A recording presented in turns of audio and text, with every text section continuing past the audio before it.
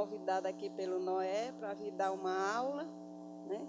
E pensei que essa oficina que eu dou pelo interior do Piauí é a mesma que vai ser dada pela primeira vez aqui, né, em Teresina.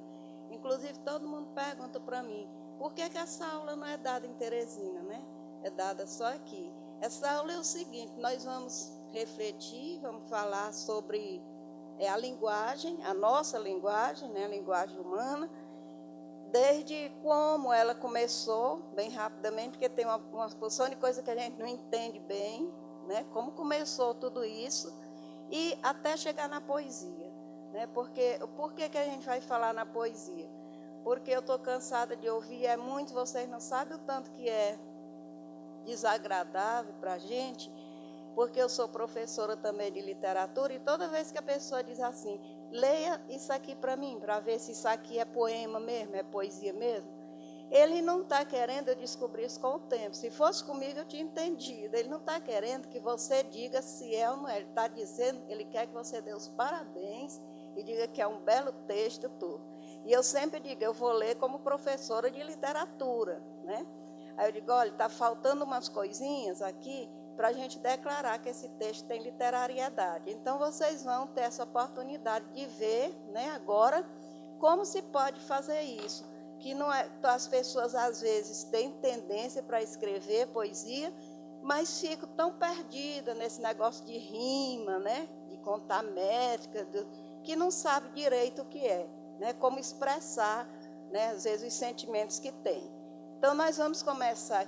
Esse conceito aqui, Massude Moisés, que morreu esse ano, né, um grande crítico literário, eu escolhi por quê? Porque ele diz o seguinte, literatura é a expressão dos conteúdos da ficção, ou seja, tudo que é inventado pelo um ser humano que ele escrever, tudo isso aí é literatura a partir desse momento. Mas é só isso? Não, tem outras coisas.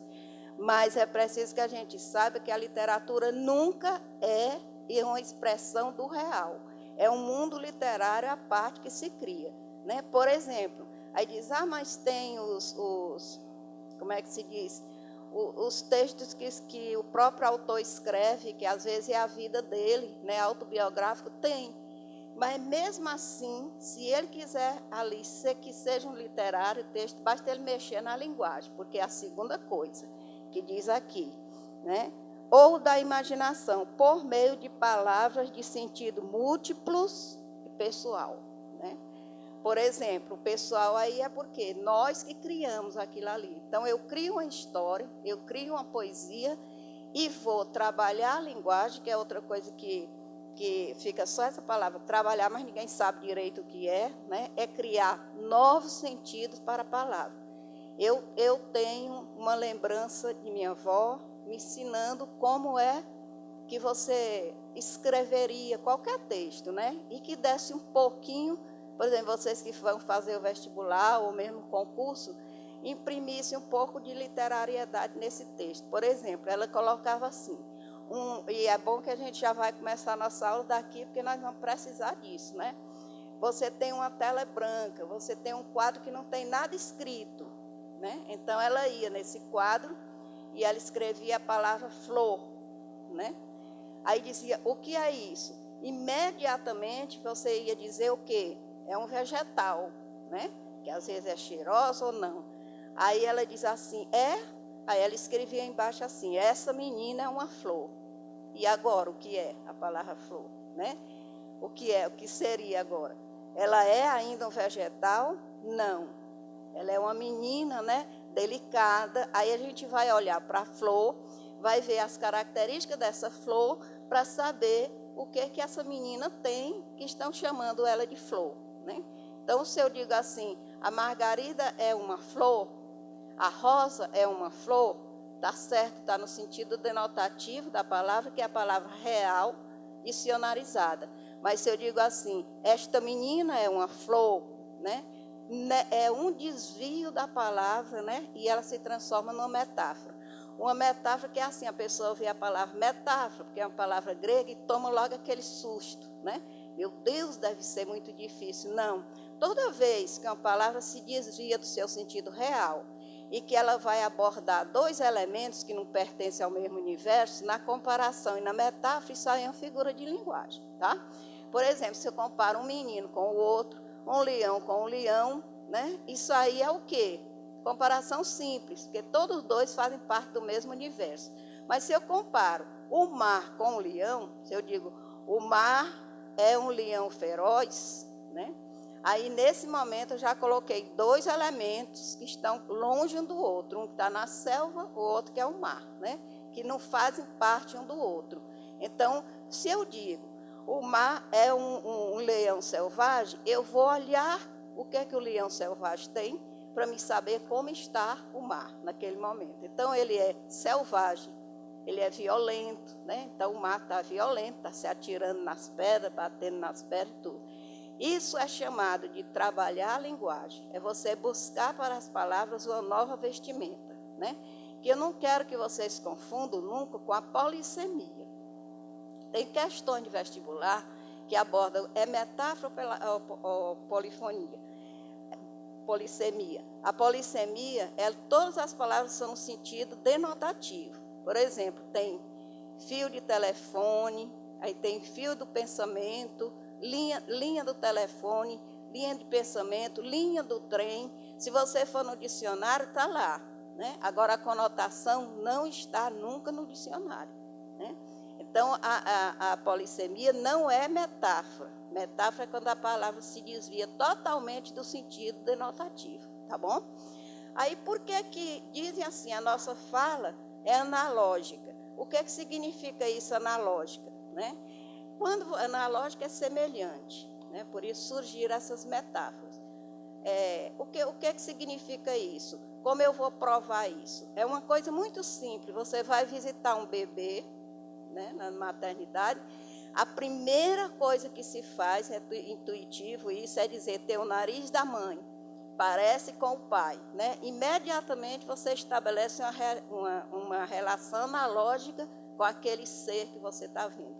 Do mesmo jeito foram criadas palavras, né? E era assim no começo? Não. Vocês já notaram quantas vezes eu gesticulei aqui, né? A gente falando gesticula. Por que nós fazemos isso? Porque no começo da humanidade não havia fala ainda e se falava por gestos, né? Gestos, se sabia expressar o que tinha visto por meio do gesto. E uma prova de que a nossa língua é mesmo analógica é essa daí, né? Que a gente está sempre comparando. Os apelidos, a maior parte deles são metafóricos. Por exemplo, você vê um menino gordo, aí na mesma hora bota o apelido de balão. O que você fez nesse minuto? Você fez uma analogia com dois elementos, né? O menino e o balão. Por que o balão é o que? É cheio, né? E dá a ideia de gordo, por isso que você apelidou. A metáfora não é esse fim de mundo, né? Aristóteles descobriu que havia na nossa língua, depois da língua já falada, várias figuras de linguagem. Inclusive, aí ele faz o livro, a Poética de Aristóteles. Inclusive, quando você vê as flores, quem conhece aqui copo de leite? Ali não tem. Copo de leite, quem conhece? Por que o nome dele é copo de leite? Né? Porque é uma flor igualzinho um copo de leite. Ela é branquinha, parece uma taça. Né? É por isso, até as flores que existem na selva, na natureza, tudo, eles, por economia de língua, porque já tinham um copo, e já tinham leite, aí botavam um copo de leite, né? E assim foi feito, sempre por comparação e sempre por analogia. Dedo de Deus, pão de açúcar, né? Até os montes, tudo são criados assim. As montanhas, a maior parte é criada por analogia. Então, a literatura é por isso daí com criatividade, porque é criar, tá? Não é simplesmente achar. Muitas das metáforas já estão na nossa língua, que são chamadas catacreses, que são metáforas que não têm mais expressividade, porque já caíram na língua. Se caíram na língua, já é tão falado, tão batido, que não tem mais razão nenhuma de a gente se espantar com aquela metáfora, né?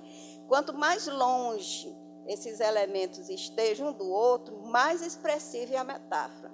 O Carlos Drummond de Andrade caiu uma vez no vestibular com a seguinte metáfora. Olha que malvadeza com o menino, né? Reprovou 70%. A redação foi nula, né? Ficaram só 30%. Olha que malvadeza. Era para interpretar uma metáfora dele, né? E tirar dali um tema. Então, a metáfora era o seguinte: o tempo é uma cadeira ao sol e nada mais, né? Então, você tinha que ela fez o tempo é uma cadeira ao sol, duas relações de elementos que pertencem a muito, como é que se diz, mundos muito diversos, inclusive um é abstrato, né? Não tem nem como comparar isso. Aí você tinha que fazer uma ginástica para saber como era, que tu chegaste a fazer alguma vez comigo, mas interpretou. Eu levei uma vez para a sala de aula, só um menino conseguiu chegar perto, né? Aí vocês imaginam isso para uma situação de vestibular, mas era assim, né? Foi assim, e reprovou muita gente, né? A Federal de Recife. Então, essas metáforas, elas estão em todo lugar. Então, na fala da gente, a gente fica pensando, meu Deus, mas é uma coisa difícil. Não é. A metáfora existe. Nós fazemos metáfora todo dia, né? Fazemos, diz assim, as expressões que existem, quando tudo azul, né? Está tudo azul. O azul, as cores são metafóricas. O azul dá uma lembrança de como é, tranquilidade, como o sol, como o céu, porque é da cor do céu. Outras são tristes, roxo, por exemplo. Até as cores são metafóricas, né? Então, eu vi essa propaganda, eu não sei se foi aqui, passando e olhando, aqui em Teresina, ou foi em algum livro que eu já li, onde foi, não lembro. É uma propaganda de colchão, tá aí. Abra o olho na hora de dormir. Eu podia estar ganhando, era dinheiro, não era nem ser professora. Uma metáfora dessa que ele cria, né? Ele ganhou muito dinheiro para criar isso aí, né? Nessas empresas de marketing, né? Abra o olho na hora de dormir. Abra o olho é uma catacrese, ela está na nossa oralidade. Quem é que sabe o que significa abra o olho? Abra o olho quer dizer fique esperto, né? Agora, na hora de dormir, você faz o quê? Abre o olho, né? Então, abre o olho na hora de dormir, fique esperto na hora de comprar o colchão para dormir, porque a propaganda era de colchão. Então, ela está na propaganda, ela está em tudo, está na vida da gente, né? O brasileiro é muito criativo, ele cria muitas figuras de linguagem, tá? Então, vamos ver aqui, o signo, tem o significado e tem o significante, né? O significante porque a gente pegando assim esses pedacinhos, num minuto a gente vai percebendo depois, no futuro, que não é tão difícil assim a literatura como a gente pensa. O significante é tudo que é expresso materialmente. Então, por exemplo, uma enfermeira no hospital, eu acho que vocês já viram uma moça com o dedo assim, né? Aquele desenho da moça com o dedo assim é o significante, aquele que você pode ver. O significado é o que ele significa. Então, o que significa? Silêncio, né? Por quê? Porque ali é um hospital, né? Sinais de trânsito, todos eles, né? Significante é o sinal, o que significa? Dobra à direita, vá reto, né? Linha do trem, tudo isso é o significante. Agora, preste atenção, todo significante, para ter o significado adequado, ele tem que estar no contexto.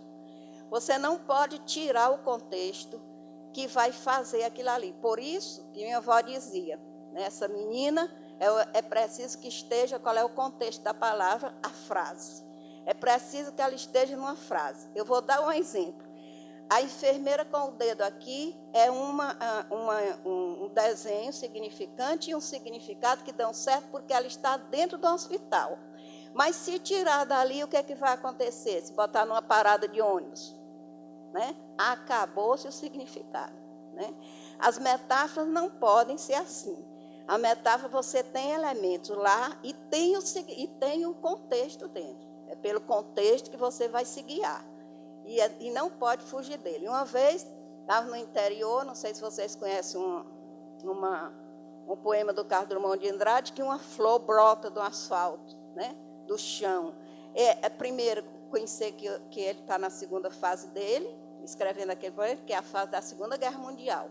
Um tempo muito ruim para todo mundo, e ele coloca aquele poema como essa flor, representando, acho que todo mundo sabe ainda a resistência do povo de estar ali ainda vivendo e ainda fazendo alguma coisa, né? Então, ele foi recitado o poema que não tinha, que era só esse o assunto, né? Era o sofrimento dos soldados na Segunda Guerra Mundial e tudo. E as consequências que ela poderia trazer para a gente. Aí eu fui para o interior e lá teve uma aula dessas, e a professora disse, olha como ele sabe interpretar bem direitinho, né? Aí disse, diga aí, fulano, o que você entendeu? Aí a menina disse assim, para mim, a mulher foi para a guerra, não, ele foi para a guerra e a mulher ficou com saudade dele. Presta atenção. E você, fulano? Para mim, ele morreu na guerra, né? Aí a mulher ficou viúva. E você, fulano? Para mim, ele está muito mal no hospital e ela pensa que ele morreu, mas ele não morreu, não sei o quê. Viu, professora, como eles sabem? E eu nunca enganei jovem nenhum. Eu não engano ninguém, nem deixo passar, entendeu? Jovem não. Velho a gente engana porque ele já foi enganado, já está acostumado. Se enganou porque quis, mas jovem não, né? Eu disse assim, eu posso fazer uma pergunta? Aí disse assim, pode fazer. Pode. Eu disse, vocês três ali, me mostrem onde é que está a mulher. Né? Essa mulher aí, que o marido dela foi para a guerra, ou o noivo, tudo. A mulher onde é que ela está? Qual é a linha que está a mulher? Aí leram, procure, eu tenho calma de esperar aqui, procure, que é um pouquinho grande, pode procurar. Em que linha está a mulher? Aí ninguém soube dizer. Aí, resumindo a história, não havia mulher nenhuma.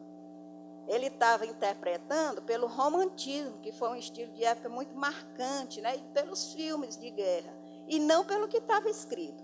O que estava escrito é o contexto. Se você ler o contexto direitinho, você ia ver que era a Segunda Guerra Mundial. Se você soubesse quando foi que estava lá em cima a data do poema, você saberia na hora que era uma guerra, que se tratava de uma guerra. Né?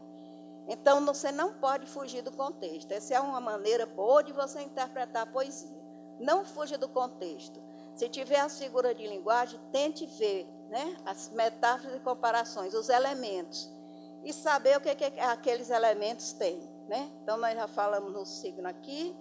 Denotação é toda palavra no sentido real, essa palavra que está no dicionário, né? E a conotação é quando há o desvio da palavra.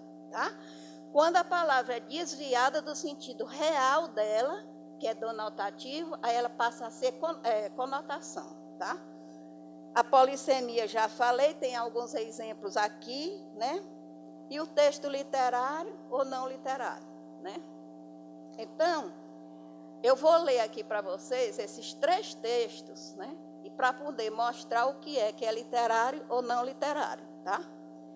A cachaça, pinga ou canha no Rio Grande do Sul é o nome dado à aguardente de cana, uma bebida alcoólica tipicamente brasileira. Seu nome pode ter sido originado da velha língua ibérica, caçacha, significando vinho de borra, um vinho inferior bebido em Portugal e Espanha, ou ainda do cachaço, o porco, e seu feminino cachaça, a porca. Isso porque a carne dos porcos selvagens, encontrada nas matas do Nordeste, os chamados catitus, eram muito duras e a cachaça era usada para amolecê-la. É obtida com a fermentação da garapa de cana-de-açúcar ou do melaço e sua posterior destilação. Cana-de-açúcar, elemento básico para a obtenção através da fermentação de vários tipos de álcool, entre eles o etílico. É uma planta pertencente à família das gramíceas. Vocês sabiam que a cana era grama? É uma grama gigante. De vários tipos de álcool, entre eles o etílico, que é uma planta pertencente à família das gramíneas, originário da Ásia, onde teve registrado seu cultivo desde os tempos mais remotos da história. Aí depois, a cachaça, além de poder ser bebida pura, é também usada como coquetel na mundialmente conhecida caipirinha. Aí eu vou ver outro texto agora, texto 2. Presta atenção nele. Um bêbado vinha cambaleando pela ladeira. protegendo cuidadosamente a sua garrafa de cachaça por baixo do paletó. Aí escorregou e caiu por cima da garrafa. Botou a mão depressa dentro do paletó, sentiu um líquido escorrendo e rezou. Ai, meu Deus, tomara que seja sangue. Alguém entendeu? Vocês não riram, não entenderam, né? Ele preferia que fosse sangue do que a cachaça dele quebrada, né? Preferia que fosse o sangue dele. E agora, aí diz assim, no primeiro nós temos a intenção do autor, né? Informar, a linguagem é referencial, tem esse negócio da linguagem também, a linguagem poética referencial, quando se trabalha a palavra, sempre a linguagem poética referencial é para informar, né? No segundo, a terceira, que eu pulei aí, o terceiro, né? A cachaça é moça branca, filha de homem trigueiro. Quem toma amor por ela não pode ajuntar dinheiro, né? Composição popular. Aí diz, no primeiro, a intenção do autor é apenas informar. No segundo, a intenção é lúdica, lúdica é brincadeira, é uma piada. E no terceiro, percebemos que a linguagem é diferente. O que é que vocês acharam aí de diferente? Na hora que ele faz o quê? Uma prosopopeia. O que é a prosopopeia? A prosopopeia é um tipo de metáfora. Essa figura de linguagem é que dá, né, qualquer coisa, vida, movimento, seja o que for, a qualquer tipo de coisa existente que seja atribuída só aos humanos, né? Quando ele diz a cachaça é moça branca, né, é uma prosopopeia, porque a cachaça não pode ser gente, tá? Quando ele fez isso, o que ele fez? Ele imprimiu literariedade. Por quê? Porque ele trabalhou a palavra. Entenderam como é? É assim. Se você trabalha alguma coisa, mas trabalha de maneira inteligente, como ele fez aqui, né? Aí, aqui não está interessando, vamos dizer, se esse texto é literário, se não tivesse essa metáfora, não seria, né? Mas ele é literário porque lá diz que é criatividade, né? Lá do Maçu de Moisés, e diz também que é trabalhada a palavra, que a palavra também é a palavra que garante tudo isso. Às vezes você pega uma palavra e dá outra vestimenta a ela, que se torna uma coisa totalmente diferente. No terceiro, percebemos que a linguagem é diferente. Logo no primeiro verso da quadrinha, o autor usou a figuração, pois há uma prosopopeia. A cachaça está personificada numa moça branca. Vista assim, a cachaça deixa de ser real e passa a ser ficcional. É o primeiro objetivo. Produto da subjetividade do autor e não de todo mundo. A cachaça mas aquela moça, ela personificada como moça, é só dele, é subjetivo. Além disso, o texto, por ser conotativo, exige do leitor interpretação. Por exemplo, qual a relação que há entre a cachaça e a moça branca? Alguém é capaz de dizer? A cachaça é branca, né? Pelo menos as cachaças que eu tenho visto até hoje. Não vi nenhuma da cor de uísque, não. E a moça é branca também, né? Qual a analogia entre os elementos? Qual foi a analogia expressa? Diz assim, a cachaça é moça branca, filha de homem trigueiro. Quem tomar amor por ela não pode ajuntar dinheiro. Então, tanto a moça, né? A moça como a cachaça, a analogia é essa. Como é que eu vou tirar esse fundamento aí? O que é que tem as duas de parecida? Porque a relação aí é analógica. Nenhuma das duas, se você se prender a ela, você sai perdendo porque você não consegue juntar dinheiro, tá? E está certo, né? Agora, veja, esse pessoal da literatura que diz assim, é literatura popular. Eu já li, entendeu? Esse aqui é muito bem feito. Muito bem escrito, e não é porque ele seja de literatura popular, que eu nem gosto desse nome, ele é um poeta, como outro qualquer, né? Ele é um poeta, eu já vi coisa muito bem escrita, vou só dar um exemplo para vocês. O cara tirou o primeiro lugar com essa quadrinha no Rio de Janeiro. Ele sabe ler, né? Ele sabe ler, mas leu já muito cordel e tudo. Agora, o cara nasce para ser poeta, não tem jeito, ser poeta é doença, daquelas que a pessoa nasce com ela e acabou-se. Nem vira outra coisa, não vira mais nada. Ele fica só sendo poeta a vida inteira, nem que não queira. Então, esse nasceu, né? Aí ele ganhou o primeiro lugar, ele mesmo tomou um susto, porque quem levou ele achou que ele devia participar. Não, vá. Aí uma quadra só, como essa aqui, quadra é quando tem 4 versinhos, né? Uma quadra só, ele tirou o primeiro lugar. Agora, olha o que ele fez. A cigarra está contando no tronco do velho Oiti, que a vida seria boa se. Vocês entenderam? Ele pegou o barulho da cigarra e botou como condicional, se, S-E, né? E fez assim, ele fez um poema que é onomatopeico, né? O poema todinho, é pelo barulho da cigarra que a gente vai saber o significado de tudo. Ele lembrou da cigarra, que ela faz si, e botou isso aí. Ele é universal? É. Em qualquer lugar do mundo, isso aqui pode funcionar. Ele é finito? Não. Não é. Porque quando ele diz assim, que a vida seria boa se, coloca uma resistência, quantas coisas tem aí? Se eu tivesse dinheiro, né? A primeira que a gente pensa. Se eu tivesse dinheiro, muito dinheiro, né? Se eu tivesse um carro do ano, se eu tivesse uma mansão, se eu tivesse quem me ama, se eu tivesse... E aí vai colocando um monte de coisa, porque quando a gente tem uma coisa que queria muito, não serve mais. O ser humano é assim, ele já quer uma melhor, né?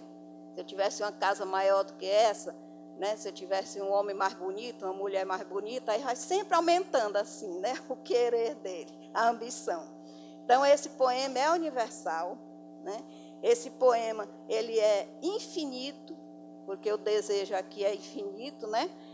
E ele fez uma onomatopeia. Aí, na hora que perguntaram para ele, na entrevista, como foi que o senhor criou essa onomatopeia? Ele disse, o que é onomatopeia? Ele nem sabia o que diabo era onomatopeia, né? Por isso que eu já disse que é assim mesmo, a pessoa vai escrevendo e vai criando as coisas, como está aqui, né? Aí, eu quero que vocês leiam agora esse poema aqui, que a gente vai fazer junto, né? Isso aqui. A Moenda. Eu não sei se vocês já viram a Moenda, do Da Costa e Silva. Alguém já leu? A Moenda é uma peça que tem nas fazendas, que os burros puxam, né? E ela vai puxando, espremendo a cana. E aquilo faz um barulho.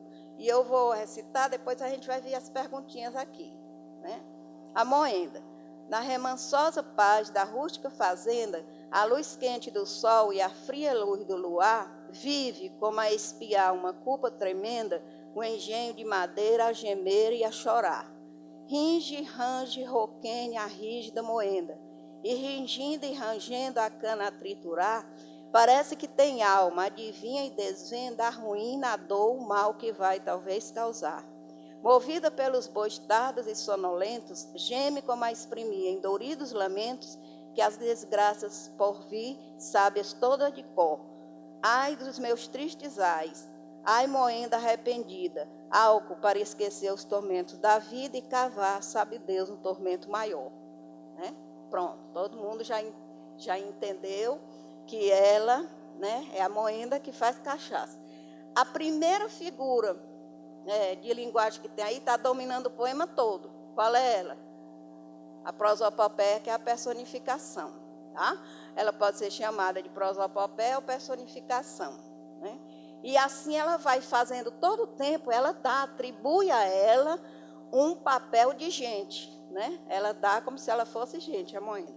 Aí estabeleça uma relação entre os temas do texto 3 e do soneto acima, né? O texto 3, que é literário também, todos os dois são, porque os dois poetas, apesar desse ser grande, da academia, não sei o quê, o outro também é, porque o outro também trabalhou a linguagem, sendo assim, todos os dois textos são literários, né? Explique com exemplo, detalhamento e aspecto literário do texto acima. Bem, é criado, essa moenda foi ele que criou, é só dele, é pessoal, né? Por isso que é subjetivo. Tem as figuras, eu trabalho com a linguagem, né? E é ficcional e pronto, né? Basta isso aí, é uma criação dele muito bem criada, né? Que figuras de linguagem estão presentes no soneiro? Tem várias, né? A gente vê também a literação aqui, ringe, range, roquenha, rígida, moenda. Olha o embalo que isso aí dá, né? nem precisa de rima. A literação mais a rima, né, fica às vezes até muito sonoro demais, é como uma música, né? A literação já é muito sonora. E tem a personificação da moenda, que está personificada do começo ao fim. Que figuras de linguagem estão presentes, a gente já viu. Explique de que maneira o poeta concebe a moenda no poema. Concebe como se fosse uma pessoa, porque está personificado, né, que vai fazer mal, fazer um mal. Aí diz assim, interprete o terceiro, é exatamente isso. Ai dos teus tristes, ai moenda arrependida, a oco, para esquecer os tormentos da vida e cavar, sabe Deus, um tormento maior. Ela, moenda, constrói uma coisa para fazer mal ao homem, né? Porque ele vai beber aquela cachaça, tá? Agora, foi ótima a sua pergunta, porque nem sempre foi assim, a linguagem merecedora de tanto crédito como é hoje. Isso aqui é atual, tá? Essa definição do Maçom de Moisés é atual. É assim hoje que se está escrevendo, mas cada tempo, por isso que a gente vê esses estilos de época. Por exemplo, naquele tempo do romantismo, que é a Moreninha, né, do Joaquim Manuel de Macedo, é de lá, né, do romantismo brasileiro. Então, o que tinha que se escrever? Uma história de amor, ainda tinha mais desse jeito, uma história de amor, em que tivesse um casal idealizado, uma natureza idealizada. É na natureza que eles vão mostrar, né, às vezes, alguma, como o José de Alencar, tem muita comparação e metáfora, nessa hora aí, né? E uma idealização sem tamanho aqui, né, nesse casal. Eu vou só dizer uma coisa para vocês, a natureza faz parte, interage com eles, né? No caso da Moreninha ou qualquer outro romance do romantismo, só de mostrar uma que é a Taliba o Vaqueiro, quando eu li, achei interessante que a Terezinha, ela é noiva da Taliba, né? A Taliba gosta muito dela, aí a Terezinha vem caminhando, é daqui, o romance, né? Piauiense. Aí ela vem caminhando aqui na frente e o Ataliba vem assim, alguns metros atrás, né? Aí o Ataliba diz assim, Terezinha, eu te amo. E declarando para ela, né? Eu te amo, você quer casar comigo? Aí o vento, entendeu que ela não ouviu. Aí na mesma hora vem um ventinho e carrega para o ouvido dela aquilo que foi dito, entendeu? Tudo isso devia ter. Cada época daquela tem. Aqui você vai ser direcionado para fazer desse jeito. Essa história da linguagem ser forte de tudo, como é o Guimarães Rosa hoje, né? Grande Sertão, né? Sagarana, aqueles contos dele, tudinho, vem de 45. Da terceira geração do modernismo, né? Que tinha dois propósitos. A de criar em torno da linguagem e criar também novas formas de expressar conto, romance, novela e poesia, né? E poesia também. No segundo momento é a preocupação social, que tem vidas secas, né? Você tinha que ser engajado, né? O terceiro momento é linguagem e novas formas de expressão. Obrigada pela pergunta, foi boa. Não, as escolas é que vão determinar como vai ser, né? E o terceiro momento, ele é até hoje. Até hoje nós somos guiados por esse direcionamento de trabalho com a linguagem, por isso que eu escolhi essa definição do Maçom de Moisés, que é bem atual. Por que o sertão dele é universal? Porque o universalismo faz parte da terceira geração. Por que o sertão dele é universal? E mesmo por causa dele mesmo, que ele cria assim. Ele também tem, eles não é obrigado a seguir rigorosamente, não. Clarice Lispector, que é a companheira dele, João Cabral, eles foram livres de criar, mas sempre ligado àquilo ali, aquele momento. Que é quando está todo mundo escrevendo na Europa, em todo lugar, né? Aí ele é universal, porque por que o sertão é universal? A gente vê que o sertão é igualzinho em Vidas Secas, né? É um sertão real e Vidas Secas, é idealizado no romantismo, que tem também, né? Mas por que aqui é? Porque estava na moda, vamos dizer, o universalismo assim, o existencialismo, né? Correntes que tornavam o homem universal. O homem não interessa, até hoje, não interessa aqui se nós, o que nós pensamos, sentimos e amamos. Todo mundo ama do mesmo jeito, né? Do mesmo jeito. Então, o sertão universal, você vê que lá nos sertões, no Grande Sertão Vereda, ele diz logo no começo, o sertão é um mundo, né? E atravessar o sertão é atravessar a vida. Então, aquilo ali é uma lição de quantas coisas na vida você passa, que sente coisas ruins, né?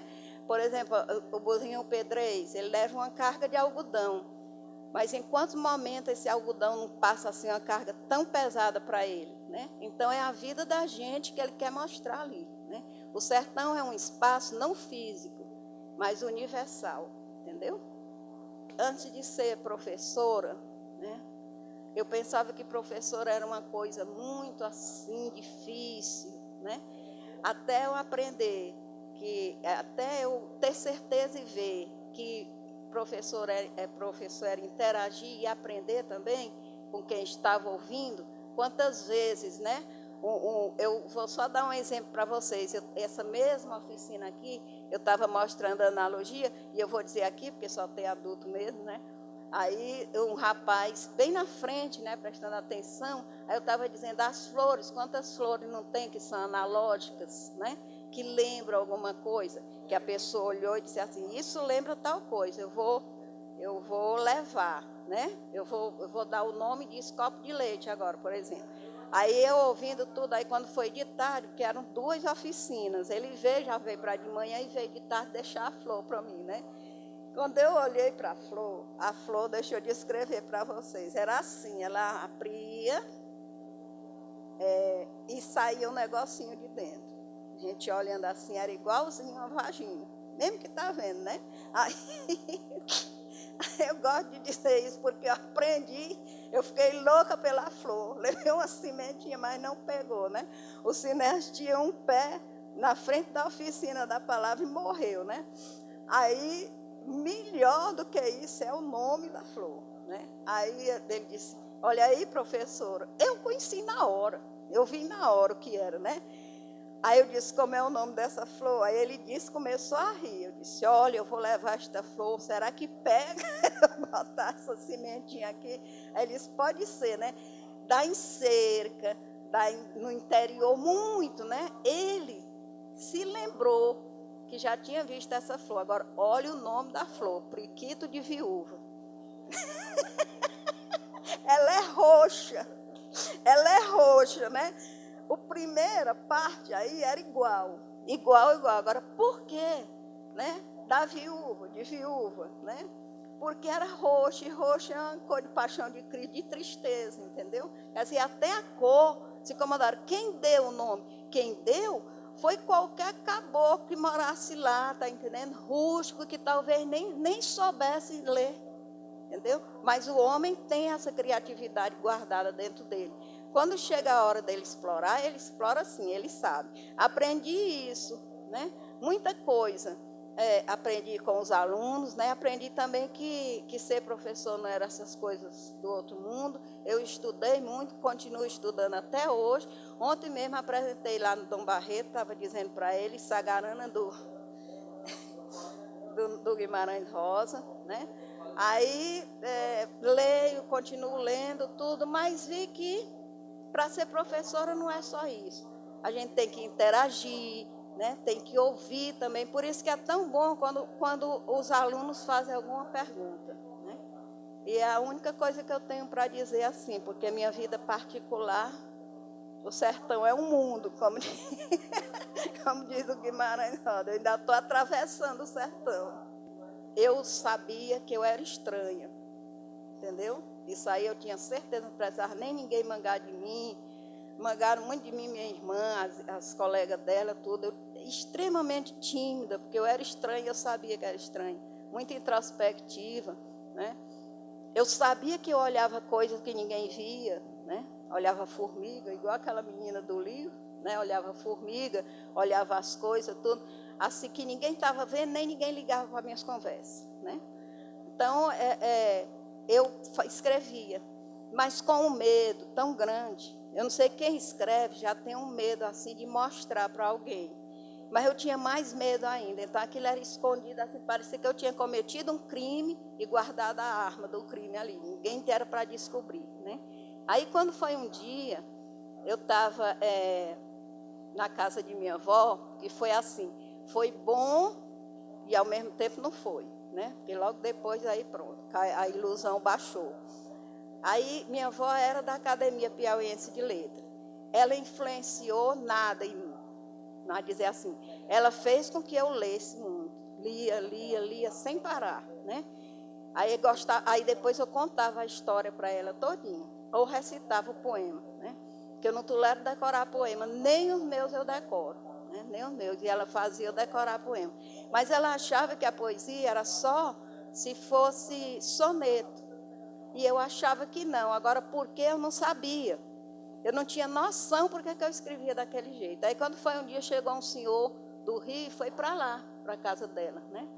E ela era da academia, deu um café lá para ele, não sei o quê. Aí ele disse, e você não escreve, não? Eu já me tremi todinho, né? A fala desapareceu, tudo. Ela disse, escreve, essas bobagenzinhas mesmo. Escreve, mas já disse para ela que ela tem que fazer a soneto. Ele disse, não, por quê? Não, ela não tem que fazer só soneto, não. Tem alguma coisa sua, né? Para mostrar aí. Aí ela foi buscar. Quando ela mostrou, o homem olhou e disse assim, foi você que escreveu isso aqui, foi? Eu disse, foi. Ele disse, pois se você disser para outra pessoa, ninguém acredita. Entendeu? Aí me cobriu de elogio. O homem foi embora, ninguém nunca mais nem falou em nada, porque eram todos sonetistas, todos pensavam, ele era moderno, entendeu? Aí quando um dia eu ganhei um livro do Manuel Bandeira, né? Quando eu abri, que eu olhei, eu disse, ah, menina, quer dizer que é desse jeito, né? Está aqui uma coisa parecida com a minha, mas não que eu tenha lido Bandeira para me influenciar. Aí eu disse, olha aqui como é que ele escreve, né? Como eu escrevo também. E assim foi numa roda de poeta, tudo eu calada, que disseram, ela também escreve, contaram assim para mim, né? Aí eu entreguei até para o William Melo Soares, né? Uns poemas para ele, ele levou para o Sinés, e o Sinés dizendo, eu acredito. Porque o Sinés é uma pessoa que diz na cara, já viu como é? Não, não leve para o Sinés, não. Eu disse, não, leve para outra pessoa, não leve, não. Aí ele disse, o Sinés disse que quer falar contigo, que eu cheguei lá, era para dizer isso, né? Que era uma poesia muito bem feita, não sei o que, tudo. E foi assim, mas não que eu corresse atrás, não tem gente que fica assim, perguntando, mandando os outros ler, não, foi casualmente, a gente levou, entendeu? E depois eu lancei até um livro com ele, com o William Melo Soares. É muito interessante, porque aquilo ali nasce com a gente, você vê uma pessoa que está no interior, tem nasceu para a música, mas não tem dinheiro para comprar um violão, coisa, e faz um instrumentozinho com uns pauzinhos, uns arames, umas coisas, é a mesma coisa. Ele não tem a consciência do tamanho, né, da poesia que ele está fazendo. Por exemplo, é preciso que tenha uma pessoa que entenda, que avalie aquilo que ele está dizendo, e dependendo da pessoa, né? Aí ele foi ser conhecido assim depois de não sei quantos anos, né? Cora Coralina também. Depois de velha mesmo, foi que foram descobrir que ela escrevia, né? Tão bonito aqueles poemas dela. Então, a vida toda esperando a oportunidade, porque ninguém vai atrás, não. Né? A maioria não vai, não. Né? Batizado e credibilizar, né? Para poder, aqui é poeta, aqui não é, aqui é e pronto. E o que foi, mas geralmente essas pessoas não estão mentindo, não estão enganando, entendeu? Eu, pelo menos, não engano ninguém, não. Mas hoje, porque eu sou professora de literatura, eu tenho como, né, analisar e dizer, ó, isso aqui está precisando muita coisa. Né? Eu tenho um amigo meu que me mostrou, eu disse, olha, está no rumo, mas está assim, você precisa vir para cá, para esse rumo. E falei tudo isso para ele, que ele tinha que melhorar a linguagem, tudinho. Hoje ele faz. Mas a gente não pode dizer que é assim, muito inventivo, não, entendeu? Mas é preciso muita imaginação, tanto para escrever prosa como para fazer poesia, né? E o texto de poesia, ele é mais difícil porque ele é pequeno. Você tem que sintetizar tudinho. Quando eu estudava, eu adoro contar história também, viu, gente? Se tiver história para contar, pode me chamar. Quando eu estudava no Colégio das Irmãs, eu escrevia carta para os namorados das meninas, né? Aí ganhava, parece que era 5, não era reais, não, era 5 cruzeiros, quando eu era pequena. Escrevia as cartas todinho, né? E mudava, né? Aí a carta era 5 cruzeiros, vamos dizer assim, e o telegrama era 7. E o telegrama, ela dizia, olha, diga que eu estou morrendo de saudade dele, que a fulana de tal disse que ele está namorando aí, mas diga que eu sei, eu confio nele. Um monte de coisa, e era cobrado por palavra. Aí me dava, às vezes, 3 cruzeiros, 4 cruzeiros. Eu digo, não, isso aqui não dá para esse monte de palavra, não. Aí a gente tinha que resumir aquilo ali. Então o telegrama era mais caro. A poesia é assim, né? A poesia é desse jeito. Você não pode estar perdendo muito tempo, não. Talvez por isso que goste tanto de minha poesia, porque a pessoa lê rapidinho e vai logo e pronto. Tem poema que você passa. Eu passei 1 ano para escrever Rua da Glória. 1 ano, porque eu não queria que ficasse Piegas, que era a rua de minha avó. É aquela que o menino diz assim, eu não queria isso, entendeu? Eu não queria que ele fosse sentimental, não. Eu queria que ele fosse emocionante, mas de uma maneira, sim, regrada. Aí eu passei 1 ano, mas aquele foi feito. Do Karnak, quando eu cheguei em cima, ele já estava pronto. Porque foi assim, no meu carro, dirigindo. Porque foi assim, vocês não sabem, vocês dessa geração, não sabem como é bom e bonito a pessoa acordar com os sinos da cidade badalando. Eu ainda peguei isso, né? Ele chamando para a missa de 7, para a missa de 6, blim, blim. Achava lindo isso, lindo. Não sei porquê, ainda vou perguntar para um padre. Então, se ele estivesse aqui, eu ia perguntar, né? Estou esperando esse padre eu encontrar com ele, daqueles antigos mesmo, de batina, para me responder. Por que que calaram os sinos da cidade? Ninguém toca mais sino. Os sinos estão lá, né? Aí, quando eu estava eu fui no meu carro, passei pelo Karnak, que eu olhei, me lembrei dos sinos que não tocavam mais, e tinha uma porção de andorinha. Sempre onde tem sino, tem andorinha, não sei porquê, né? Elas gostam, né, de estar nos campanários lá onde fica o sino. No outro, quando eu cheguei lá em cima, eu já tinha feito poema. Foi o cafuné das andorinhas que adormeceu os sinos da cidade, né? Pronto, estava pronto o poema. Só isso, só uma imagem assim, né? O professor Marcílio mandou botar uma foto de um campanário, achar, não sei onde, ele botou no escritório dele. Ele achava lindo esse poema, quer dizer, bem pequenininho, tem poemas que é só com um verso só, você põe na camiseta, né? Se quiser colocar só um verso assim, isso deve-se, tudo tem uma justificativa, não é à toa. A nossa velocidade de vida, gente. A gente acorda, né? Lembra que era uma distância para chegar ao almoço? Hoje é tudo em cima, meia-noite, a gente ia dormir meia-noite, brigando com a mãe. Olha, já está perto de meia-noite. Hoje em dia, você olha para o relógio, já é meia-noite. Parece que o tempo corre mais. Ninguém tem tempo de ler um poema de 2, de uma página inteira, né? Por isso que eles encolheram. Eles ficaram pequenininhos. Os poemas contemporâneos são assim. O maior desafio é esse aí, é a linguagem, entendeu? É a linguagem e a criatividade. Eu vou lhe dizer por quê. Porque tudo que a gente pensa em fazer, já fizeram. Entendeu? Tudo. Quanto mais passa o tempo, mais vão lançando o livro, tudo. Eu tenho o maior medo que eu tenha dito uma palavra, sequer que já tenha sido dita por algum poeta, né? Tanto assim que eu vou atrás. Quando eu termino meu poema, eu vou atrás para ver, né? Se tem. Pedra de Cantaria, que é o meu livro, que eu trouxe até, tem que está ali para vocês comprarem se quiserem. Aí tem, ali tem o nome, Pedra de Cantaria, é o nome do LP. LP ainda, é do tempo do LP, ele não virou nem o CD, ele ainda é do tempo do LP, né?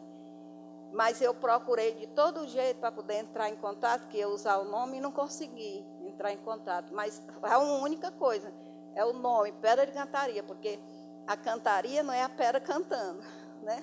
A cantaria é o tipo de pedra que é cortada para fazer assentamento de calçada, é uma pedra já cortada, né? Aí isso aqui é a pedra, tem muito em São Luís, a pedra de cantaria. Eu sempre achei essa palavra linda, né? Cantaria. Aí pedra pela dificuldade que tem, né? De talhar uma pedra é muito difícil, né? Que é a própria poesia, que nunca foi fácil de ser feita, né? É muito difícil, né? Muito, muito mesmo. Quem faz poesia pensa muito, entendeu? Tem que fazer isso, porque senão ele termina caindo na mesmice, fazendo o que outro já fez. Por isso que é difícil.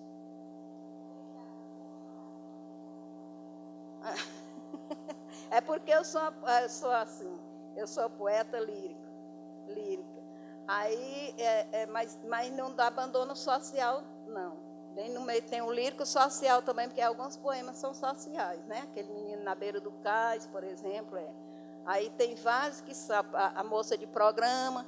Moça de programa é ótimo, porque lá no Sarau do Cinesa, acabaram de recitar a moça, né? Poema comum, é uma moça muito bonita, que ela sai para a noite para pegar os homens e fazer os programas, né? Aí aquele povo que confunde, que é uma coisa que eu não falei aqui, o eu lírico com o poeta. O Fernando Pessoa diz, o poeta é um fingidor. Foi o verso mais certo que ele disse na vida dele. Porque a gente tem que fingir mesmo, já que é criatividade, né? Já que é ficção.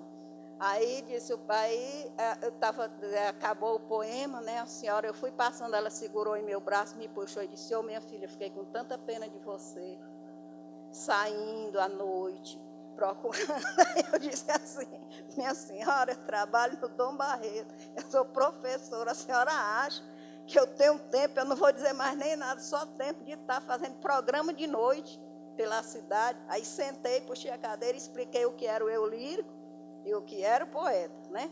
O poeta cria um eu lírico para fazer o poema dele, e quem vai fazer prosa cria um narrador. Nem o autor é o narrador e nem o poeta é o eu lírico, né? É uma bem diferente. Às vezes, por causa da vida, a vida, por exemplo, o Manuel Bandeira se intromete muito porque ele teve uma vida, né? Muito, Mário de Sá Carneiro é todo confessional. É aí que a gente usa a poesia confessional, porque é confissão da vida dele mesmo, tá? É como a autobiografia. Pronto, gente?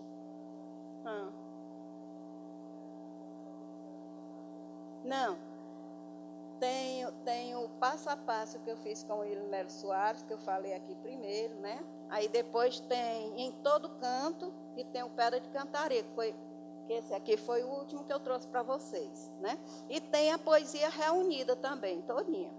Olha, está aí uma pergunta que é difícil a gente responder e dá vontade de eu perguntar por que é. Porque, olha, tem criança querendo ser poeta, tem jovem querendo ser poeta, tem doutor querendo ser poeta, gente muito importante querendo ser poeta, médico, engenheiro, não sei o quê. Dá vontade de dizer, para que você quer ser poeta?